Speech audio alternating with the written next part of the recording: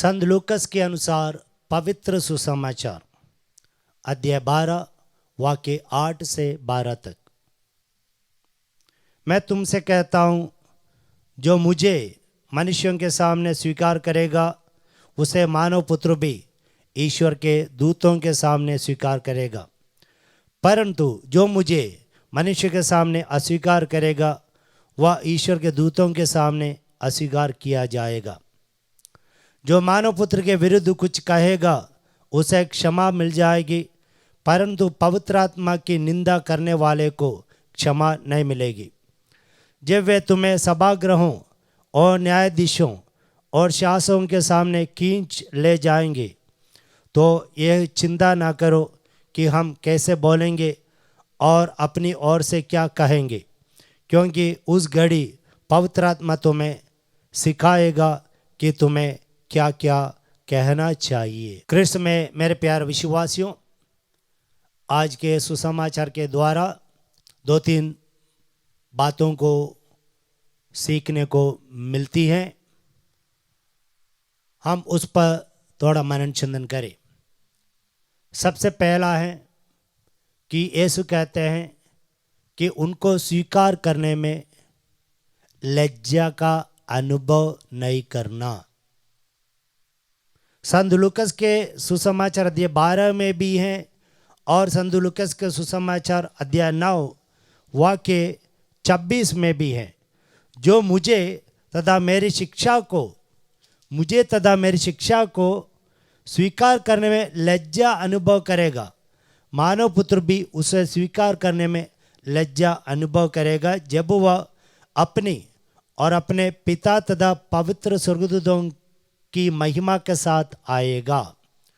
तो हम लोगों को यीशु का नाम लेने में, यीशु के वचन बांटने में लज्जा का अनुभव नहीं करना चाहिए। हम अपने आप से पूछें कि हम इस प्रकार लज्जा का अनुभव करते हैं कि नहीं।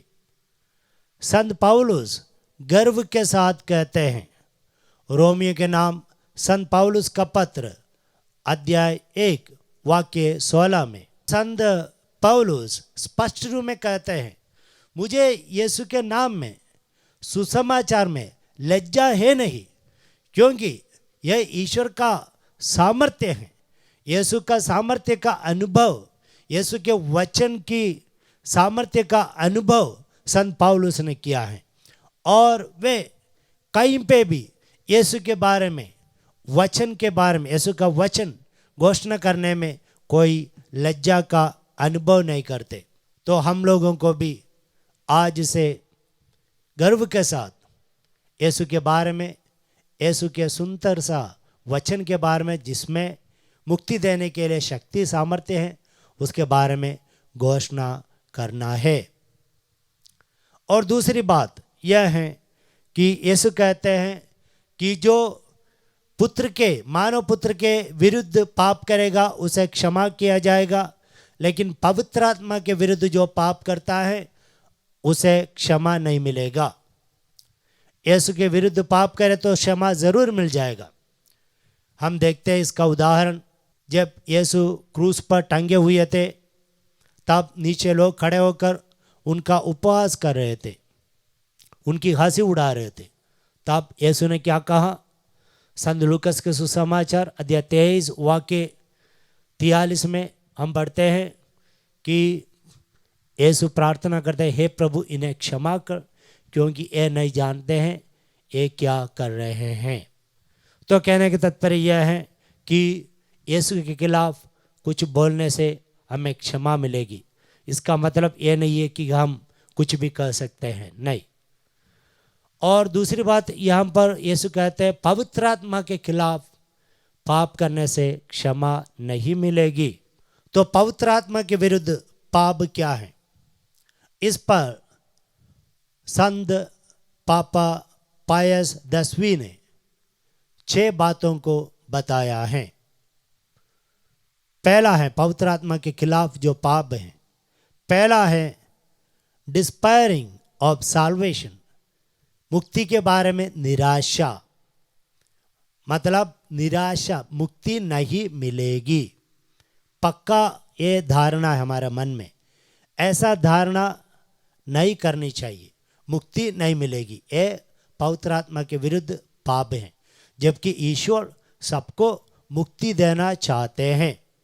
तो हम हमारे मन में ये विचार करते हैं मुक्ति नहीं मिलेगी, तो ये पवित्र आत्मा के विरुद्ध पहला पाप है। दूसरा पाप है प्रिजम्पशन ऑफ साल्वेशन, कि कुछ लोग ऐसा भावना मन में रखते हैं हम कुछ भी जीवन बिताएं मुक्ति पक्का है, मुक्ति मिलेगी, मुक्ति हम लोगों को मिलेगी, और वे पाप में जीवन बिताते हैं। और ऐसा जीना भी पवित्र आत्मा के विरुद्ध पाप है। और तीसरा है कलीसिया जो सच्चाई सिखाती हैं, कलीसिया जो धर्म शिक्षा देती हैं, उन सच्चाइयों पर विश्वास ना करना, उन सच्चाइयों के अनुसार जीवन ना बिताना, ये भी पवित्र आत्मा के खिलाफ है। क्योंकि कलीसिया जो भी सिखाती हैं वे पवित्र आत्मा की प्रेरणा से सिखाती हैं, और इसलिए हम लोगों को कलीसिया के द्वारा बताया गया सच्चाई को स्वीकार करना है। अगर स्वीकार नहीं करेंगे तो ये पवित्र आत्मा की प्रेरणा के द्वारा कलीसिया को दिया हुआ सच्चाई के खिलाफ है, तो पवित्र आत्मा के खिलाफ है। और चौथा पाप यह है कि पवित्र आत्मा के द्वारा लोगों को जो आध्यात्मिक वरदान दिया है उस पर जलन करना। कुछ लोगों को कुछ आध्यात्मिक वरदान दिया गया है तो हम वह देकर जलन होना, ये जलन होने से हम पवित्र आत्मा के विरुद्ध पाप करते हैं। और पांचवा पाप है पाप में बने रहना। ईश्वर के द्वारा कई हमारे जीवन में कई इंटरवेंशन होने के बावजूद भी, ईश्वर हमें पवित्र आत्मा प्रदान करने के बावजूद भी हम पाप में बने रहते हैं। और यही पांचवा पाप है पवित्र आत्मा के खिलाफ। और छठवां पाप यह है इम्पेनिटेंस, यानी परसिस्टिंग इन एरर, या पाप में दृढ़ बने रहना।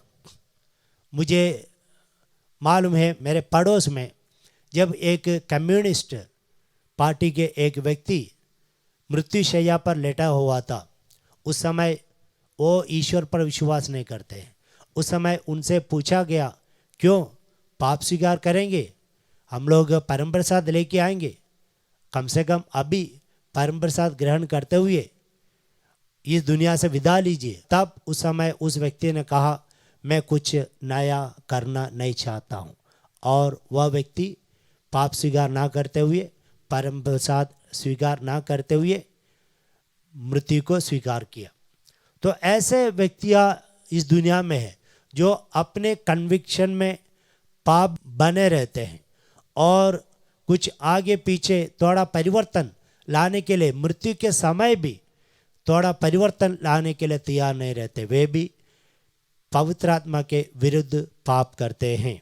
आखिरी बात इस सुसमाचार से हमें सीखने को मिलता है कि हमें हमेशा डरना नहीं चाहिए। पवित्र आत्मा हमेशा हमारे साथ है।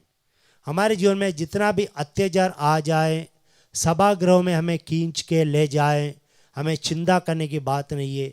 ईश्वर का सानिध्य, पवित्र आत्मा का सानिध्य हमारे साथ हमेशा है। हमारे परिवार में दुख संकट में, बीमारियों में हर समय ईश्वर का सानिध्य, पवित्र आत्मा का सानिध्य हमारे साथ है, और इसलिए इस आश्वासन में हम जीवन व्यतीत करें। ईश्वर आप लोगों को अनुग्रह प्रदान करे।